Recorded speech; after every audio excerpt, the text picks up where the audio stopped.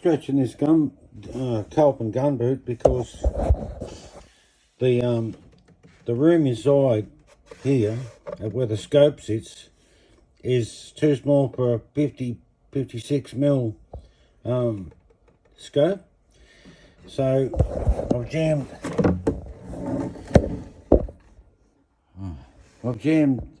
my thermos in there and a piece of wood. You could use anything, so long as it's roundish and you can wedge it. I wedged it in there, and the dials, I've got a thermal scope, and the dials go in, but they're a little bit tight on the scope. So what I'm doing is stretching this, both sides, only very slightly. Like, it's more pronounced on this side because I want this side more stretched because it's on the outside of where I've got it mounted on the bike. So all I'm doing is I'm heating it up with a cheapy heat gun, and I'll just show you. I'll just turn it around and heating it up, and then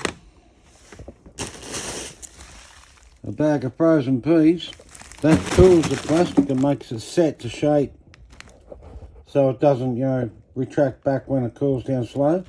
If you do it fast, it holds its shape, and that's the idea anyway. And so far it's been doing it, because if you can see here, that's where I first put the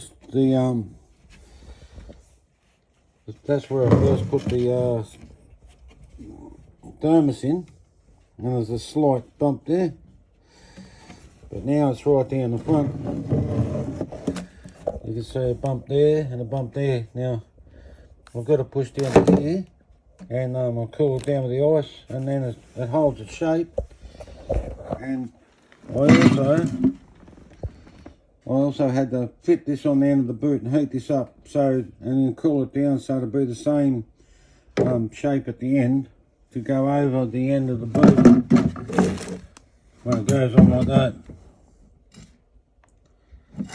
I've got gear in the road, but yeah, it'll slip on now. It's a little bit tight, but a little bit more work and it'll be on. So that's how you make your Kolpin gun boot fit a bigger scope without buying the new I think it's the Model 6 gun boot. So this is the Kolpin 1V or 4. So I thought I'd just show you that. Sorry about the tripod leg in the road of the camera, but that's how I'm making this gun boot fit my bigger scopes. Catch us later. Just forgot to tell you that when you do this, make sure you take the liner. There's a material liner, foam sort of thing that goes inside, that end and this end. Make sure you take them out, because you'll probably melt them or damage them. But just make sure you take your liners out. They just velcro in, so just under the velcro and take them out, so you don't risk damaging the liner. It won't catch fire or anything, but you could melt it. It's a foam material, and foam, what foam's like. If it gets hot, it'll shrink real quick. So just remember that bit. Okay, so this is my Remington Mohawk with it's got a Hick micro thermal. As you can see, it's got 56 plus the LRF on top.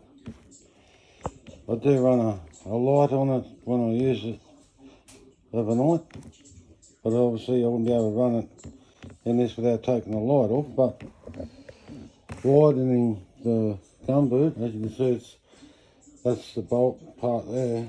But if you look down here, you can see where I've bulged it. Not a lot. Well, I've taken it out probably 15 mil overall from side to side. You can't see down that side, but this just slides straight in. Straight in with that. I'll tuck my sling up in there. Bit annoying, this thing. But then this boot, clumsy. and you just slide it over. A couple of gentle taps because it's pretty tight on here, so you know they don't fly off while you're riding. But it's not pressing on the sides like it was. It was just too much tension. I didn't like it on the scope pushing on the turrets, and that's where the problem really was. It was pressing on the sides on the turrets. So that gets around the problem with anyone with a bigger scope or big turrets, or you know, bigger than normal turrets. So I hope that gives you an idea of how to make it big enough for a 56 mil reticle on your scope. Catch you later.